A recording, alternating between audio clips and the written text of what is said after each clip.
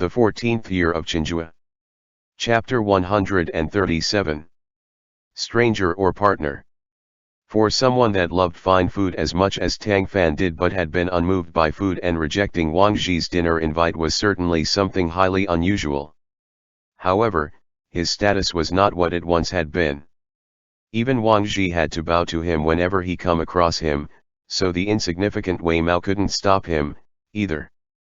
If he wanted to leave, Wei Mao could only watch helplessly on, too afraid to force him to stop. On his end, Tang Fan hurried back home. Before he stepped through the door, the aroma of food hit his nostrils. A room that should have been lightless now looked to be lit up brightly with lanterns, the autumn night seeming to make one warm up from the bottom of the heart. He smiled lightly. After he had entered the cabinet, he no longer lived together with Suizhou and instead moved to his own home next door. Tang Yu had taken He Cheng. His name should really be changed to Tang Cheng now. She had moved out of Tang Fan's place, having purchased her own residence in the capital that wasn't far so they could still look after each other. Ah Dong had also moved with them. A home guard was hired, but with Jian San Air still around, thieves did not dare to drop by. The reason behind this was that between Tang Fan and Suizhou, one was now a cabinet member and the other was a head of the Jinyue. Even if no one criticized or denounced them, they needed to guard against the monarch's suspicions, as their statuses were sensitive and could easily give someone a handle on them. Furthermore, the Wan group would occasionally latch onto smaller handles of Tang Fan.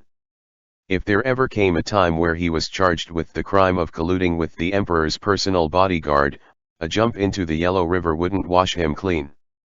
Following his return from Jiangxi, Tang Fan had been promoted due to his credits, and Suizhou had earned even more of the emperor's trust. He had originally been going to seal him as Marquis Ding'an, but his repeated refusal to accept it had made the emperor feel sorry for him, so he had bestowed him with much more salary to compensate for his lack of hereditary title. Due to consort Wan, her little brother Wan Tong still held the post of commanding officer of the Jinyue. Suizhou had never been able to take over all control of the Jinyue, but it was only an issue of when really. In the years-long contest between the two sides, those who genuinely obeys Wan Tong were getting lesser and lesser. Now, apart from the Southern Administration Court Division, the Northern Administration Court Division and several Jinyue posts were Suizhou's people in an overwhelming majority. It had gotten to the point where others said that the Jinyue currently had two commanding envoys of real power. In spite of Suizhou being a Jinyue envoy at his surface level, his post a rank down from Wan Tong's, the reality was that even Wan Tong had no way to seize the power that his counterpart firmly grasped. Wan Tong didn't want to watch such circumstances unfold, of course, but the emperor trusted Suizhou no less than him.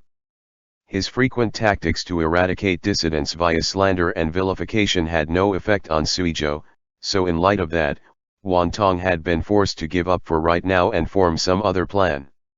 Even so, to Tang Fan and Suizhou, there was not too much of a difference between being neighbors and being under the same roof.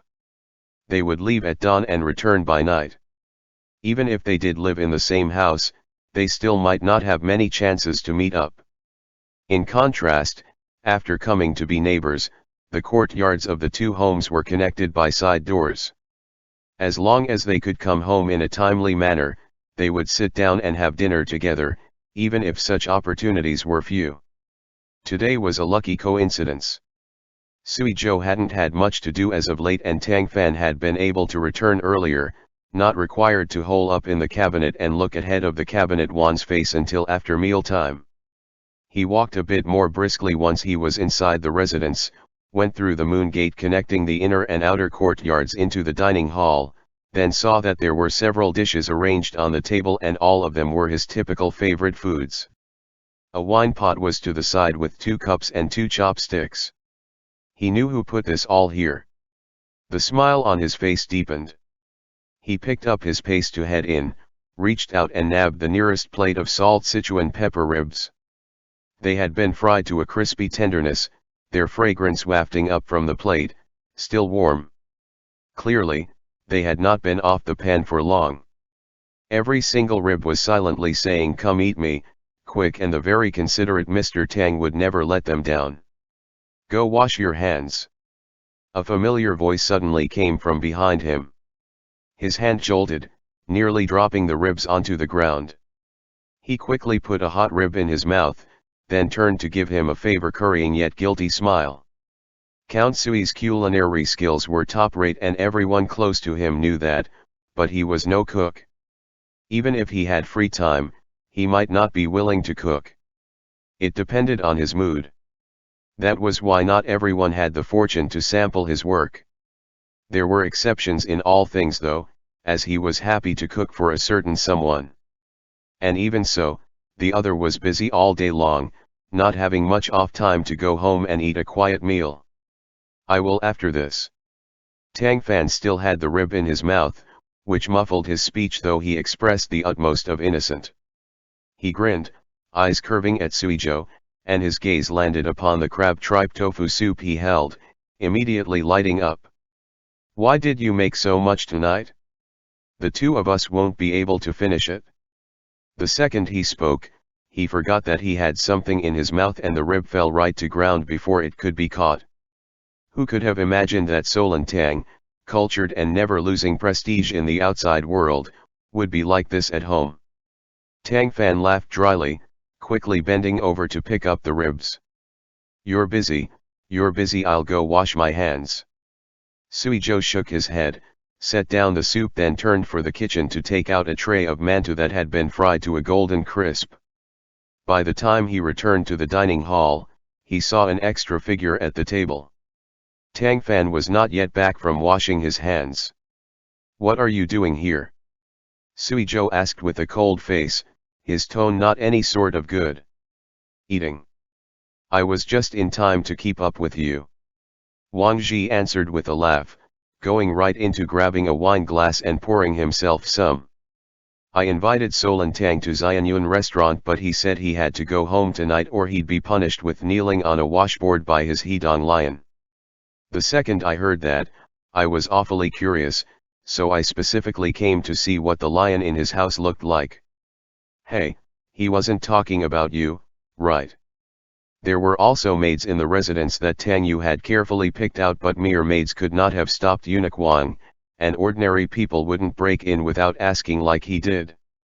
Suizhou had the desire to dump the plate of mantou right onto this man's head and kick him out, but he kept it under control. Because Wang Zhi's skills weren't bad, if they got into fighting, only this table of food would end up unlucky. Thinking of how it hadn't been easy for Tang Fan to be home for dinner in half a month, Suizhou could only pinch his nose and tolerate this man strutting in and eating for free. He shot Wang Zhi a cold look, feeling that he was an incomparable eyesore no matter how he looked at him. "Less drivel. Eat if you want and leave when you're done." The more Suizhou kept up that cold face, the more delicious Wang Zhi's wine tasted, and he even smiled. "You're busy with yours, no need to care about me. Where's Solon Tang? Call him out to come have a drink with me." Ignoring him, Suizhou turned and left.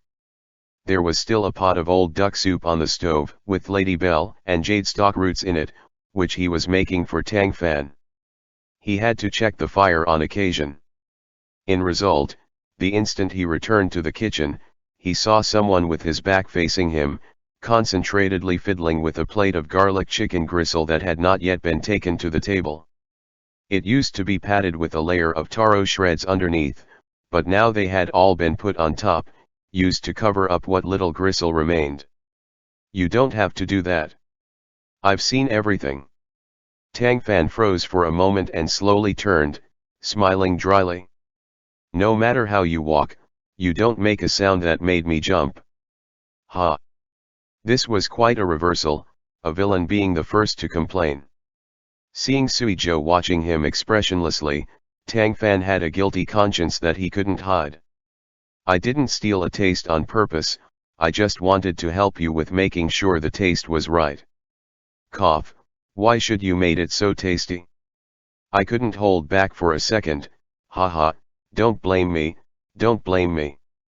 He just can't ever not get into trouble, Suizhou thought with some helplessness, still having no expression. You told Wang Ji that I'm a Hedong lion that would punish you with kneeling on a washboard, Tang Fan grinned apologetically. I only didn't want to go to a feast and talk about junk. You've cooked this all by yourself, why in the world would I be doing eating elsewhere, right?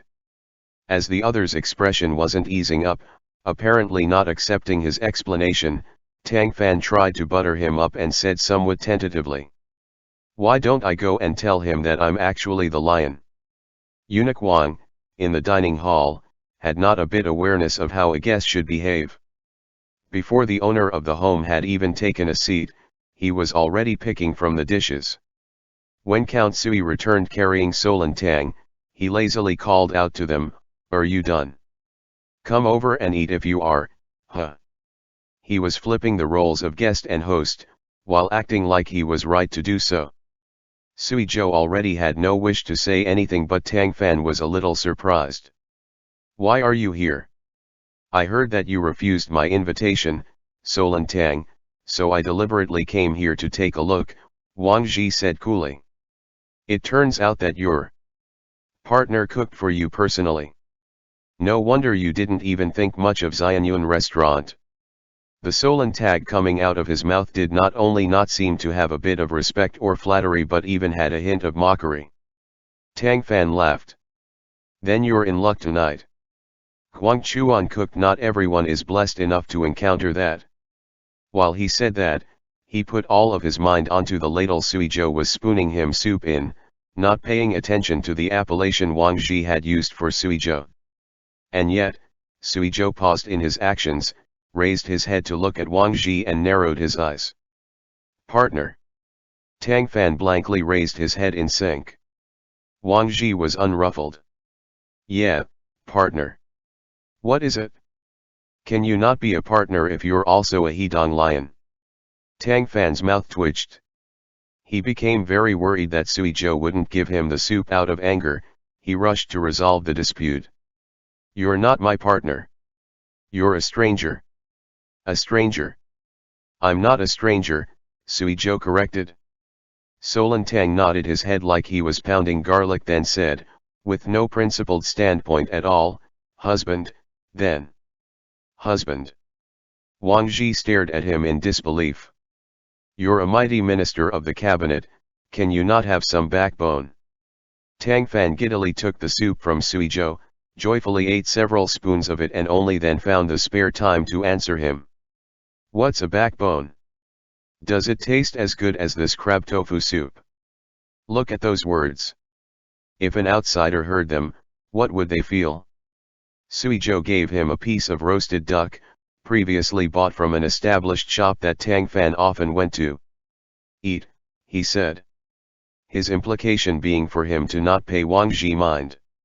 Noticing that this wasn't too great to spectate, Wang Ji also took a piece of chicken gristle and put it into Tang Fan's bowl, imitating Sui Zhou's voice, Eat, Fluffy. Eat some more. That was totally trolling on purpose. Sui Zhou's gaze towards him went straight murderous. Were it not for his consideration for Tang Fan's reputation, Wang Ji would have now been swept out the door. And it was precisely because he knew this that Eunuch Wang was getting all the more smug and unscrupulous having that assurance. The two exchanged looks, not giving in to the other, invisibly brawling for a round. Mouth twitching, Tang Fan buried his head into the food. How could this minor interlude be worthy of talk? The meal went on in storms and silence. Sui Zhou's skills were truly good. After all these years of experience, even Wang Ji, someone used to royal meals made by the imperial kitchens and the craft of Xianyuan restaurants' cooks, felt that these dishes could be called exquisite. However, he had no idea that it was because Sui Zhou had known that Tang Fan was coming back today that he had painstakingly made this table of food, its taste not to be compared to the skills of outside cooks. After eating up, a maid tidied up the table and dishes, and the three moved into the main hall. Tang Fan steeped tea of his own volition. It's so late, and you invited me to meet outside the palace, there must be something important happening. Wang Ji was now working as an agent of the palace, which was not the same circumstance as operating the Western Depot outside so many years ago. If he wanted to stay outside the palace for a long time, he could, and he could also leave it on vacation, but he was generally less unrestricted than before. More importantly was that Tang Fan's status was of a cabinet member, and a cabinet member having too close a relationship to a palace eunuch was taboo in this court. Even though Wang Zhi never spoke of such, he would still give as much attention as possible to these intricacies. There had to be something really critical for him to come out and see him in person, as opposed to having Wei Mao or someone else do it. There is. Not savoring the taste, Wang Zhi drank down his tea in one gulp, then set down the cup. His Majesty wants to rebuild the Longevity Palace. You heard, right? I more than heard about it. Tang Fan smiled bitterly. Before I came home today, the cabinet was discussing it. Oh? What was said? Wang Zhi showed an expression of interest. There were no genuine secrets in the palace. A high-ranking eunuch like Wang Zhi would quickly learn of many things that went on in the cabinet, but when he had left in the evening, he hadn't time to ask. To curry favor with His Majesty, Wanan planned to answer the question by getting Lu Ji to take out 500,000 taels from the Ministry of Revenue for the monastery's repairs, Tang Fan summarized. Lu Cotton Flower fears bearing a poor reputation, so he repeatedly refused, saying that the funds had already been set for the Ministry of War. Wanan was pretty unhappy and is having us all draft articles for another discussion tomorrow. While he spoke, his hands ceased their tea-making actions and Suizhou took his teapot, headed inside to fill it with water, then poured 3 cups for all of them, passing Tang Fan his. The latter took it smoothly, giving him a smile, then turned his head to give Wang Zhi a pained one. As I see it, this isn't something easily decided upon. Lu Cotton Flower is unwilling to stick out and Lu Huiyan is definitely not going to budge one kun, so there's going to be another quarrel. Lu Huiyan was Lu Jian's title. What about you, then? What do you think about this? Wang Zhi asked. To be frank with you, the annual income of the national treasury tops out at a paltry 6 million taels, Tang Fan answered seriously. I estimate that the silver from Li Zilong's mining vein could be cast into more taels than that, but that also requires favorable weather and high harvests in all areas to be kept. There's no way to compare it with Tang and Song dynasties. At the root of it, abuses sprouted from the taxation system that the great ancestors set at the country's founding. That is not a grandiloquence I alone have. It's something everyone knows that has long not been a secret. Still, because the ancestor set laws cannot be changed, anyone that proposes altering the taxation system will immediately be attacked by a group of censors. Wang Zhi was somewhat impatient but had to listen patiently. Based on his understanding of Tang Fan, the other was not one fond of speaking nonsense, so whatever he was saying had to be related to his next statement. But, from Suizhou's point of view, it didn't matter if Tang Fan was acting casually, shamelessly, or even seriously. As he spoke honestly like now, he was cued. Other people's having varying personalities would inevitably have him believe them to be indeterminate in mood or backstabbers, but Tang Fan having the same was not a bit disharmonious, instead adding a lot of charm to him. Outsiders knew only of the refined, approachable Tang Fan, while only those close to him could see this different side to him. Tang Fan took a sip of tea as he continued, for that reason, the national treasury has all that money, but it needs to be spent on countless things. Frequently, it survives payment to payment, so if the next year needs to be paid for ahead of time, how could there be any funds remaining for His Majesty's monastery? He could just take the money from the internal treasury and no one would say anything, but Wanan had this idea to use the national treasury's money to please His Majesty. Lu Jian's objection aside, if Wanan wants everyone to express themselves tomorrow, I would definitely object. That said, he smiled in slight mockery. And, as I see it, His Majesty definitely wasn't the first to propose this. Someone probably incited him to take from the national treasury. Wang Zhi sneered. You all probably can't actually object to this. Ji Xiao suggested to him that after the monastery is built, it can become a bridge between the mortal world and the immortal realm, reaching up directly for the heavens to hear prayers. Since the emperor is the son of heaven, he was born not of the mundane world, and paired with the bridge that is the monastery, whatever he seeks from the heavens will definitely be permitted. Tang Fan heard something amiss.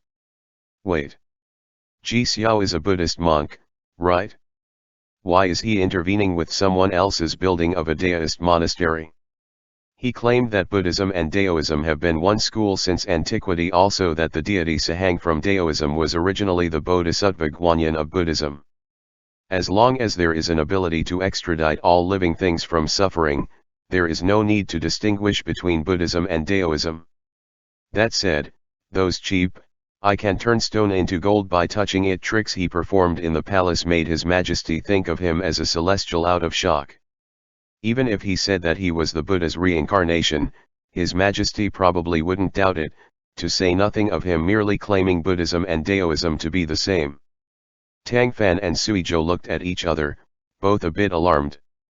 They had clearly not expected for the emperor to have already become this obsessed with such things.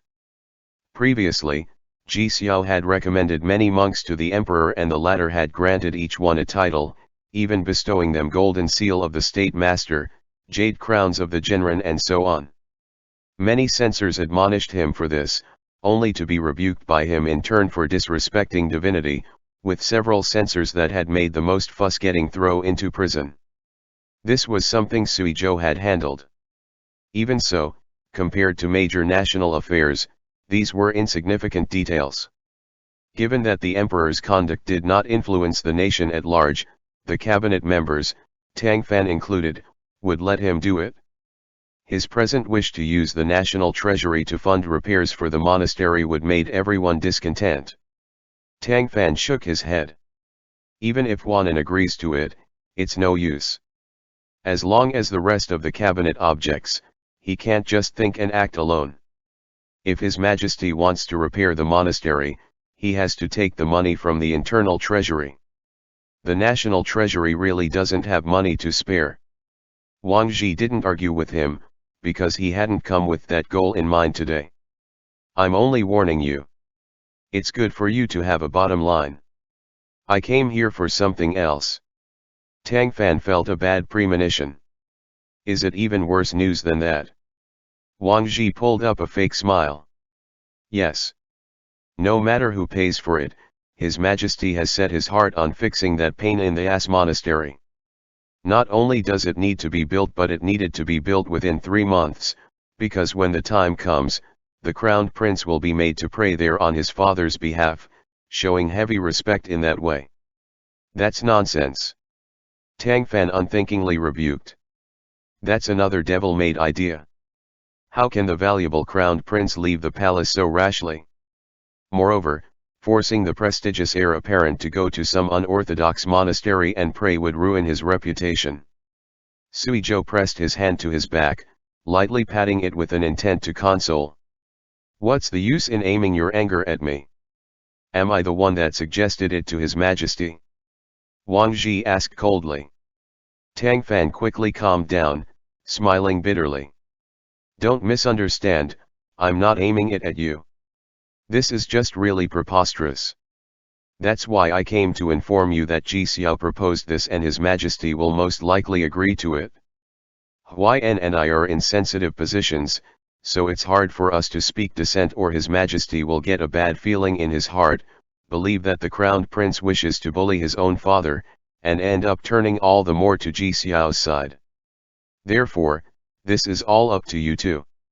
Tang Fan creased his brow. Why did Ji Xiao suddenly make that suggestion?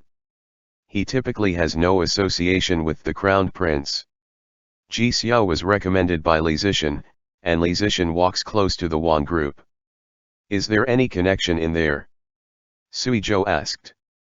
Ever since the prince's study partner, Han Zhao, died of poisoning, as well as the attendant that tasted the crowned prince's food, a eunuch with medical knowledge was arranged to specially supervise the prince's everyday diet. To someone with motive, the path of wanting to poison the prince was completely blocked off.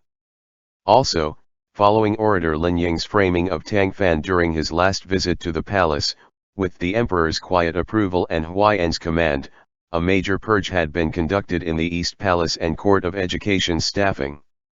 Those that remained were all deeply loyal to the crowned prince. If someone wanted to buy off one of them to assassinate him, it would basically be impossible. However, the prince still wasn't completely safe. His time of crisis was always present, on the contrary, because Consort Wan's idea to have Zhu Yuyuan, son of Consort Chen, be the crowned prince had never been extinguished. The Wan group was doing all it could to incite the emperor in abolishing the crowned prince, while Consort Wan would even constantly bring Zhu Yuyuan in the emperor's presence to foster feelings for him. A few instances more and the emperor indeed came to particularly favor Zhu Yuyuan, and because of Consort Wan's preferences, he started having some thoughts to abolish the crowned prince but hesitated on end, never able to set his heart to it.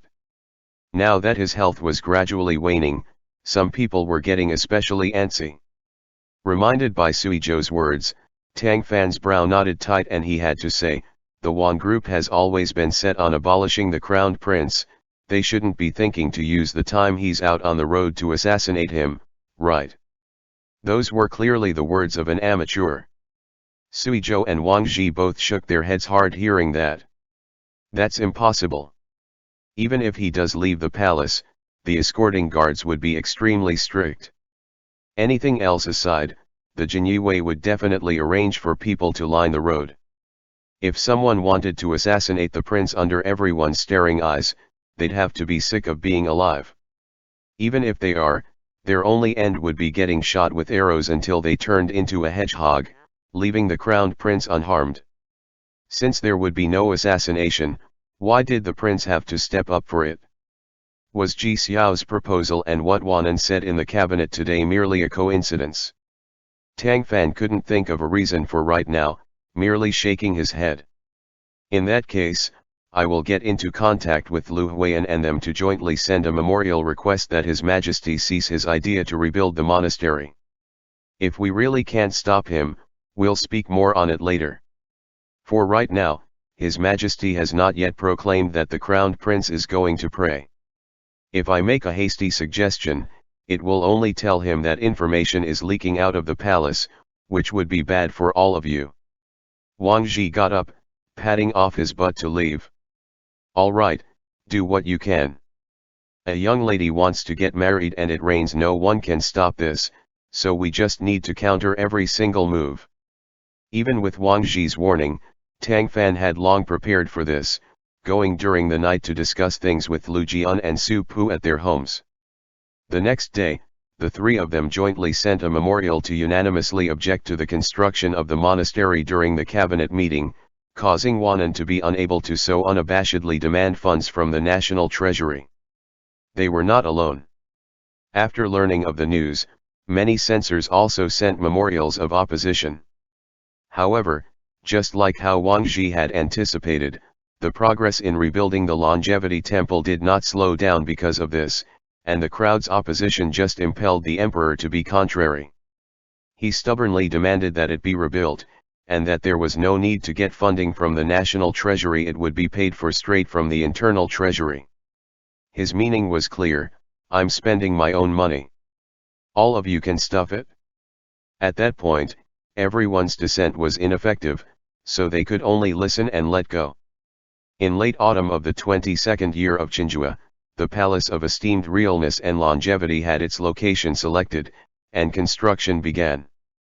By orders, Li Zishan was the head supervisor, accepting the rank of Chief of Works. To please the Son of Heaven, the monastery's construction progressed at a mystifying pace, being over halfway done in the 12th month. At that time, the emperor suggested that when construction was done, he would personally go out there to pray. As soon as that was said, every level of society was alarmed. All the officials spoke out in opposition, the scene far more fervent than the opposition to him building the monastery. Even the every internally discordant cabinet had a rare moment of uniting their voices to express their opposition. Following the Tumu stronghold crisis and Yingzhou nearly making a mess of moving the capital from Beijing, the court officials were abnormally repulsed to the emperor leaving the palace, wishing to keep him confined in the Forbidden Palace all his life so another fracas wouldn't occur. With everyone else having the combined will to oppose it, the emperor took a step back at last. He did not demand to leave himself but proposed that the crowned prince go out to pay respects and pray in his place. Everyone disagreed with that too, of course, and another mess ensued.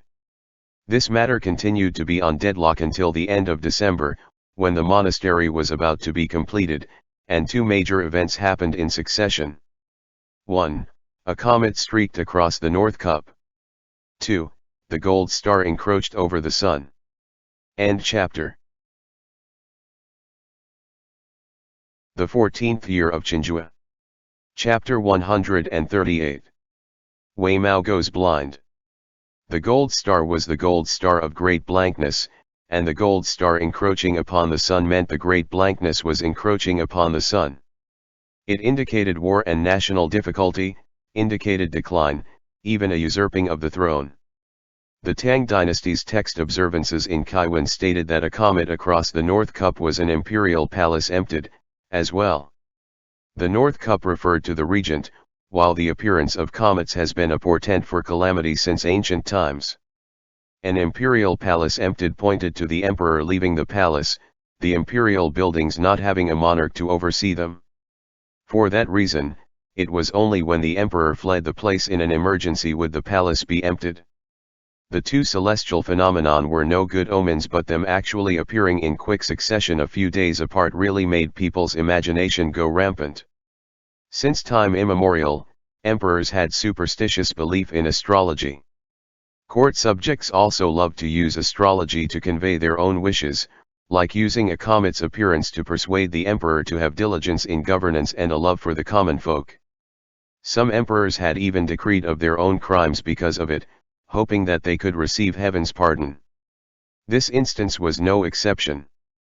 Once the phenomena appeared, every level of society immediately boiled over.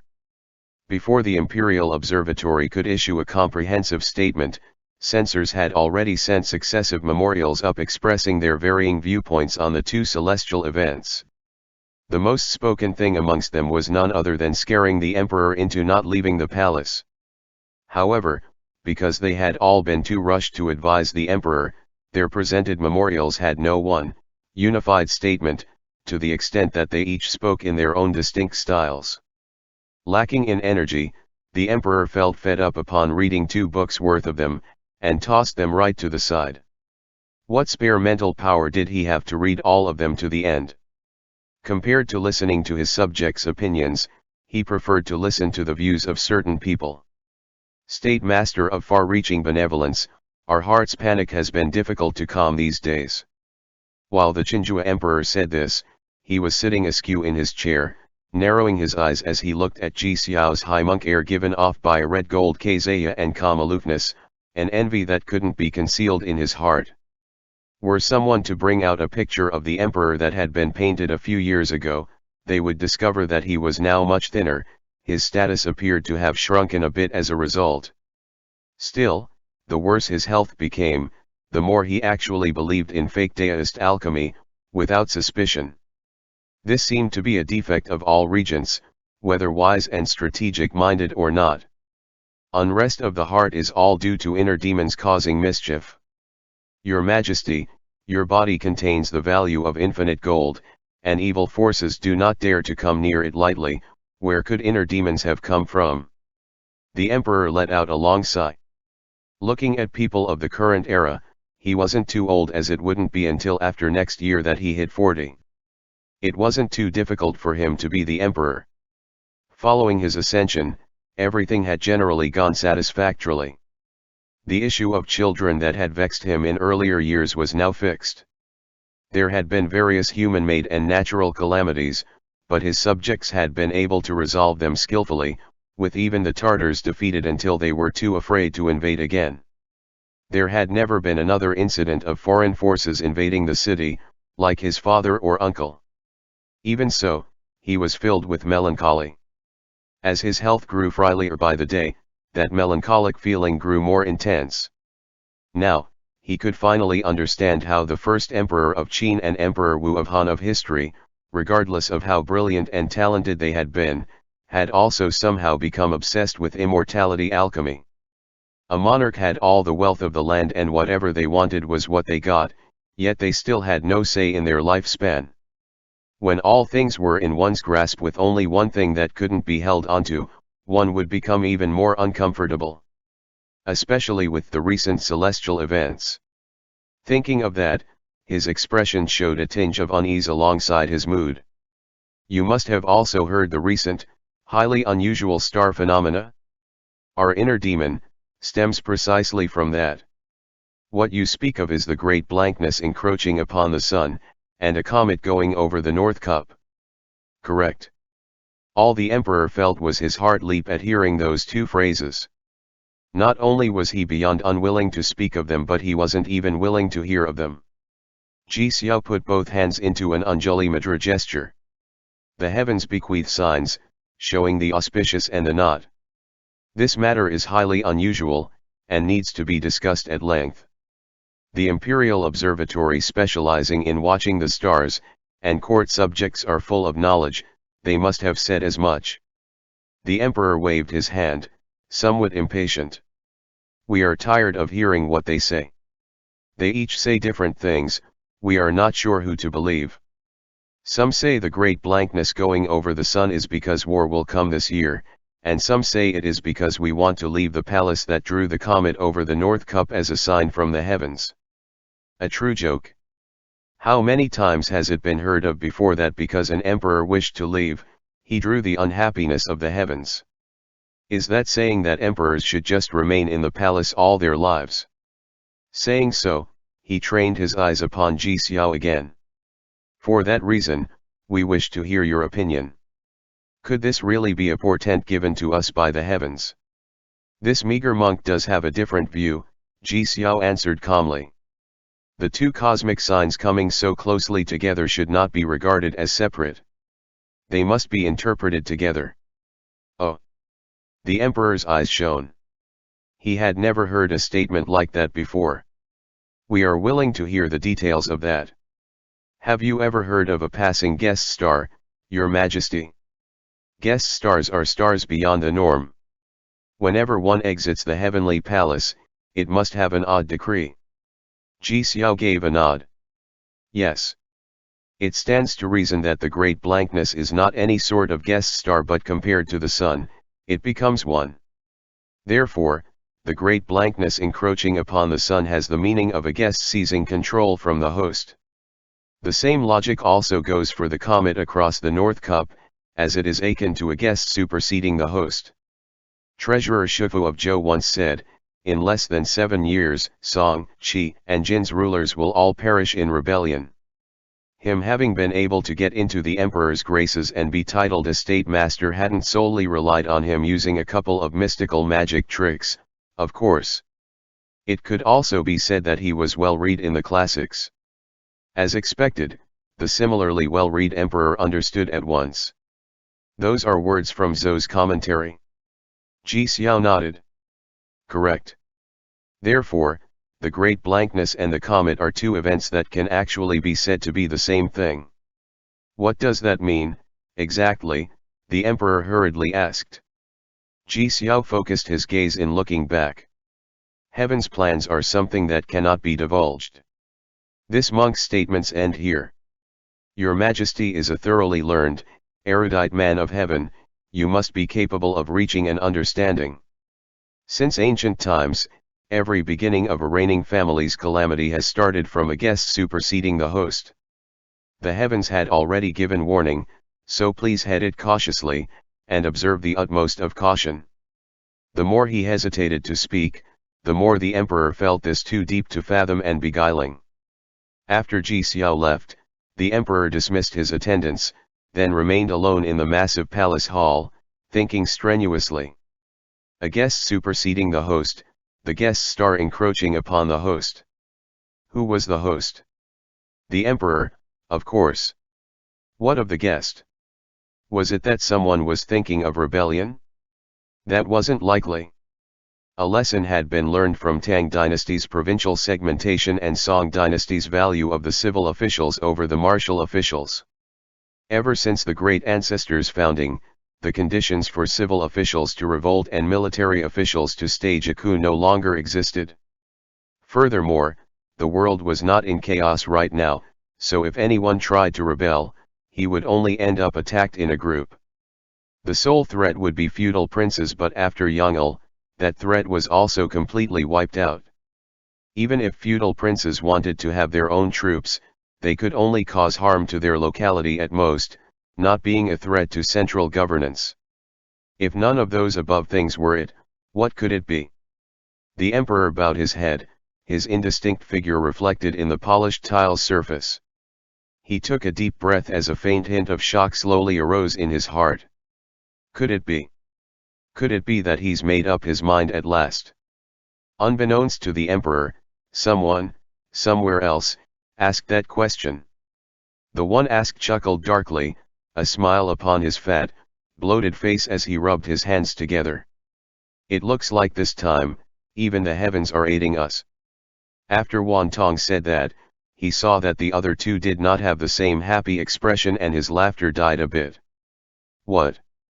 Do you Solons not feel this to be a good thing? As I view it, the state master's words alone still won't force his majesty to make up his mind, Wanan answered. After all, the crowned prince has done no major wrong. How is this not a major wrong? Wan Tong straight up cut him off, not having the least bit of reservations towards the other's head of the cabinet status. He attracted a comet. How is that not terrible? Clearly, even the heavens feel that letting Zhu Yoshan be the crowned prince is a massive mistake. I want to see what excuses those people have this time to protect him. Wanan smiled bitterly. Little brother, it's only a celestial phenomenon. No matter how it is explained, isn't it still up for a human to decide upon? Yuan Wen, are you shrinking back right before the end? Wan Tong asked, displeased. Don't forget that you claimed relations to our Wan family long ago. If you actually do wait until the crowned prince ascends, the first one to be purged will be you, the head of the cabinet. He scanned Wanan and Penghua gloomily. I can say it like this, my sister and I are both irreconcilable with the crowned prince, her more so. He's a profound hypocrite. My sister is enemies with him, yet he still plays respectful with her. If these people let him gain power, we will not spend our lives peacefully. No matter what, we cannot let him sit on that throne. Seeing that the scene was a bit on a deadlocked, Penghua smoothed things over. Brother Wan, that isn't what Yuan Weng meant. He's only worried that with His Majesty's benevolence, the state master's words would only make him suspicious of the crowned prince, at most. It might not compel him to staunchly depose him. When the times comes, at others' urging, he might change his mind again. Wan Tong huffed. Yuan Wen, you've been the head of the cabinet for so many years, and you can't even control the mouths of those censors. As I recall, a few years ago, they were all too afraid to go against us. Why did they get more courageous these past 2 years? Getting his weak point jabbed, Wanan was a bit discomfited. Is that not because that old fox, Lu Cottonflower, is opposing me, where he ended up swiping Tang Fan and that group, he replied, bitter. You don't need to instigate me. How could I not want the Prince of Xin to inherit the great unity? It's just a shame that my authority as the head of the cabinet is incomparable to the Prime Minister of Tang and Song dynasties. However, if His Majesty ever shows a hint of deposing the crowned prince now, the cabinet will tear itself apart. Once the cabinet sets an example, those censors will have no apprehensions in swarming forth, which will be a genuine headache for us. Penghua sighed as well. Right. There is nothing Yuan Weng can do, Brother Wan. Our great Ming has paid high attention to the standings of the wife-born and eldest son ever since its founding. Now, the crowned prince is the eldest, so his title is proper. As long as those people can hold on to that point, he will not fall from where he stands. Wantong disapproved. The censors can't do anything. Send a few of them away on punishment, and the rest will be too scared to speak. Putting how hard their bones only appear to be, when Ji Xiao was welcomed into the palace a few years back, didn't several people jump up and down denouncing him? And what was the result? His Majesty sent Lin Jun to prison, and the others went quiet. Tch at the end of it all, they don't want to die, turning their ships along with the wind's direction. If no one takes the lead, they will indeed be a group of headless flies. Once someone does, then, as Yuan Weng said, the rest will immediately come up in waves. That would be the real trouble. Even if they speak drivel, His Majesty still would not be able to overlook their opinions. Then strike down the one that stands up. Wantong said maliciously, then looked to Wanan. Who opposes us in the cabinet right now? That Lu Cotton Flower guy. Wanan shook his head. While Lu Ji does make a lot of things hard for me, he's accustomed to watching people set his dishes down, and he doesn't go against His Majesty. Therefore, as long as His Majesty reveals his idea to depose the crowned prince, he probably won't openly oppose it. Wantun became somewhat impatient. Who else? How about you speak clearly? Despite Wanan having claimed relation to the Wan family to cozy up to consort Wan, he despised men like Wantong, who rode on his sister's skirts to climb upwards, from the bottom of his heart. On top of that, he was the head of the cabinet, yet Wantong relied on his sister's spot in the emperor's eyes to speak to even him without any sort of politeness. This dissatisfaction had been in his heart for a long time, he had just never said it out loud.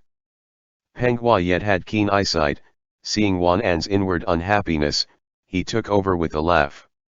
Zhenjun and I are insiders here, of course. Apart from that, those in the cabinet that will not speak with us as one piece are none other than Lu Ji, Lu Jian, Su Pu and Tang Fan.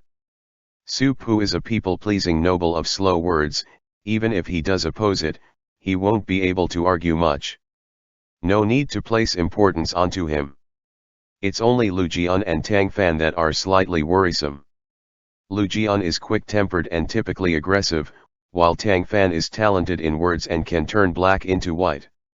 They have their hearts set on the crowned prince, so they will inevitably argue for him on solid grounds. Also, many of Tang Fan's same-year peers are censors in the scholarly circle. All of those people converged together would be a sizable force. Wantong's impression of Tang Fan still lingered on that minor censor from many years ago, forced to go into the East Palace for teaching, then forced to abroad for assignments. It wasn't that he didn't know Tang Fan was in the cabinet, but the other was now on the bottom rung. Reasonably speaking, he basically was no threat to speak of. Who could have imagined that now, when everyone that would be a hindrance to deposing the crowned prince was laid out, Tang Runking would occupy his own niche? Penghua knew what he was thinking by observing his expression, and he spoke to warn him, Brother Wan, don't forget that it was entirely Tang Fan's award that Shang Ming was sent to sweep floors in Nanjing. Learn from precedent, Tang Runking is not to be taken lightly. What ideas do you two have? Wantong asked. In order to prevent more things happening as this stretches on, this needs to be a quick battle with a quick conclusion. That conclusion cannot be repeatedly delayed to the extent that it's left to the cabinet to discuss. It would be best for His Majesty to wield executive power to decide on his own, then issue the edict for the crowned princes to be deposed directly. At that time, the wood would have already been used to build the boat, and no one would be able to say anything. Wanan shook his head. That won't work. He isn't the type. He has never made lone decisions in his life. Of those who understood the emperor the best in this world, Wanan was certainly included. He knew very well that if the emperor was someone that insisted upon his own way, he would never have been fond of consort Wan, nor would he have blankly watched as she lethally poisoned crowned Prince Daogong. It was precisely due to his soft personality that he would be too indecisive, and favor a woman like her. With how His Majesty acts, if he wants to depose the crowned prince, he would definitely summon me to talk about it, First, he analyzed. Then, he would have me go probe word on the wind amongst the court officials. Once their opinions are evaluated, he would then come to a decision. Wan Tong was vexed. That's a damned ride. It'll be dragged out to a year and a half of wrangling by then. If His Majesty has an incident during that, won't the Crown Prince's succession be a matter of course? We don't have much time. This is an urgent matter. Chenghua smiled. Don't worry. I still have a plan. What plan? Say it, quickly. Since His Majesty cannot come to a decision, we will help him make one. He spoke through about his plot. After hearing it, Wan Tong was joyous, slapping his thigh. Great idea. We're going to force the crowned prince onto a cliff, set the fire and make him have nowhere to go until he jumps of his own volition. When the cabinet follows up on it, we'll see what His Majesty has to hesitate about. Those censors will have nothing to say, too. Wanan was still hesitant. But, the rest of the cabinet. Wan Tong grew impatient. They each harbor their own ulterior motives and aren't of one mind. What are you afraid of? I'll lend a hand, so don't keep hesitating. Seeing Wan Tong's smug look, as well as Chenhua's scheming demeanor, Wanan knew that the two had already made up their minds, and could only clench his jaw. Fine. Wan Tong then laughed, clapping him on the shoulder. That's good. This can only succeed, not fail. As long as the Prince of Xin can become the crowned prince, we'll make it big. Just wait until you sit on glory and wealth, Yuan Weng. Not long after the conversation between the Emperor and Ji Xiao, on the 12th month, 23rd day of the 22nd year of Chenghua, Vice Observer of the Imperial Observatory, Zhao Yuji, commented upon the star phenomena. He claimed that the omens of the comet over the North Cup and guest star encroaching upon a host possibly referred to the East Palace. This was the first time anyone had clearly linked the two as correlating to the Crown Prince. Zhao Yuji's statement was akin to a signal. Before the emperor could issue a response and before the court officials could react, the Imperial Observatory reported once more that a comet neared the sun. A comet nearing the sun, as it went, meant a realm in great chaos, a military coup burgeoning, court officials scheming for the Son of Heaven's demise, and was that not the hope that the emperor would die a bit quicker, so that the crowned prince could ascend? Who could bear such an enormous cap set upon their head? Even if others said nothing, the crowned prince couldn't sit still. He quickly sent a memorial apologizing, saying that he was of scant talent and virtues and only wished to abdicate so that someone of virtue could have it, thus conserving his father's health, the great Ming at infinite peace. Him aside, all the officials successively sent memorials arguing that they had absolutely no rebellious thoughts, as the world could see. It was just like how someone denounced would apologize and defend themselves, then avoid suspicions by remaining at home. Said person might not actually be guilty, but it was necessary posturing to express their attitude and standpoint, lest they give anyone a handle on them. After the Crown Prince's apology memorial was presented, the Emperor should reasonably issue a decree of reassurance expressing that the celestial events were not credible, the love between a father and son should not be shaken, and so on. However, what was unsettling was that this time around, the Emperor did not give the slightest bit of expression. With no choice, the Crowned Prince sent an apology memorial again. It was still akin to throwing a stone into the ocean. Now, only a fool would not be able to tell what the Emperor's stance was. He was clearly unhappy with the Crowned Prince, wanting to push the boat along the water. Everyone was confused and uneasy. At this time, the gold star's transit across the sun appeared, but only after a few days had just passed. The situation was developing so rapidly, everyone was unable to react for a minute. Tang Fan was no exception. He was certainly very bright, and a bit more meticulous than others, but that didn't mean that he could accomplish what others cannot. The star phenomena was in response to the Crowned Prince. He apologized. That was a justifiable response. The emperor did not issue a response to that. That was what he was free to do. He didn't say he was going to depose the crowned prince, either. No one could say anything. For those reasons, when Wei Mao came on Wang Zhi's order to find him to ask him for a way out, he could only smile bitterly. Is your eunuch Wang taking me for a temple bodhisattva that grants every wish? What plan could I have? Wei Mao also smiled bitterly with him. You can think of something still, right? Eunuch Wang said that the situation is urgent and His Highness the Crowned Prince was forced to apologize in a memorial. Someone ought to step up and give His Majesty an out, as only that will resolve this deadlock. You're a Solon, you should be able to do that. Wang Zhi's original words had definitely not been that warm, but Tang Fan was used to it, shaking his head. If His Majesty wants to depose the prince now, none of you would need to say anything, as I would send a memorial stopping it directly. The bad thing right now is that His Majesty hasn't said anything. If I speak out, won't I only anger him instead? Wei Mao did not understand these sort of political maneuvering, as he was only responsible for passing words along, and he grew perplexed hearing this. What should be done, then?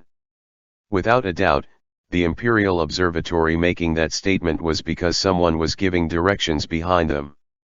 Why else would they point straight at the crowned prince? He's out in the open while the other is hidden.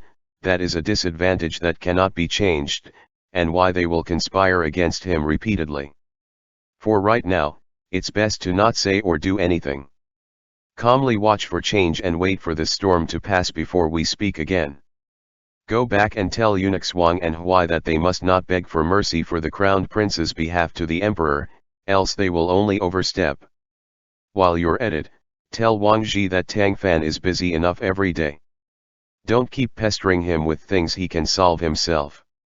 Wei Mao didn't need to look back to know who this was. Who else could freely come and go from the Tang study? Still, he had to turn to cup his hands in respect. Greetings to you, Count Sui. Sui Zhou nodded slightly.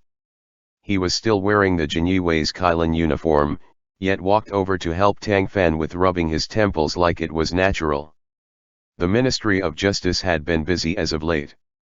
Pen Yushun was the department minister, but he wasn't very decisive in personality, leaving many things on Tang Fan's judgment. Each member of the cabinet also had a pile of things to do, added on with the fact that the cabinet frequently forgot the rule of time during discussions. Over time, sitting for a long while each instance caused him a headache. The moderate pressure made him relax at once, lightly closing his eyes. Wei Mao wanted to say something still, but under the menace of Sui Zhou's look, he could only shut his mouth and quietly withdraw. Sui Zhou didn't call Tang Fan's attention to it, not ceasing his ministrations until he sensed that the other's skin was not so taut. Is it any better? Yes. Tang Fan opened his eyes and smiled. Every time I get an awful headache, you always massage it away in no time. You need to teach me that skill, because if this old problem flares up while you're not around, what will I do? That won't ever happen. Sui Zhou rejected that conjecture readily, tone mild, then turned the subject around. When I entered the palace today, the Empress Dowager questioned me about the star phenomena. The Emperor hadn't responded to the Crowned Prince's apology memorial. Everyone that wasn't an idiot had quickly realized something was amiss. Star phenomena were beyond comprehension, so who could guarantee that the appearance of a disastrous star had absolutely no relation to the Crowned Prince? Just like how Tang Fan had said, even if everyone wanted to help the Crowned Prince speak, the Emperor had expressed nothing right now. What could they even say? Thus, they could only be quiet. However, that silence was destined to not last too long. Beneath the tranquility, a dark undercurrent surged, awaiting for a certain moment to blow up. What did she say? Tang Fan asked. To him, Sui Zhou did not need to avoid taboo. She cares for the Crowned Prince, since she helped raise him. But she can only play a small role, similar to His Majesty having deposed the Empress. The Dowager cannot stop him. Tang Fan sighed. I get the general sense that this isn't that simple. Is His Majesty really going to depose the crowned prince over a scant few prophetic words? Suizhou had no response. The crowned prince had truly done no wrong, but his existence in and of itself was an eyesore to certain people. The Wang group was going all out. This was only the beginning. I hope this storm passes as soon as possible, Tang Fan concluded. And yet, when he said this, he did not anticipate that an even bigger storm was about to come. End chapter.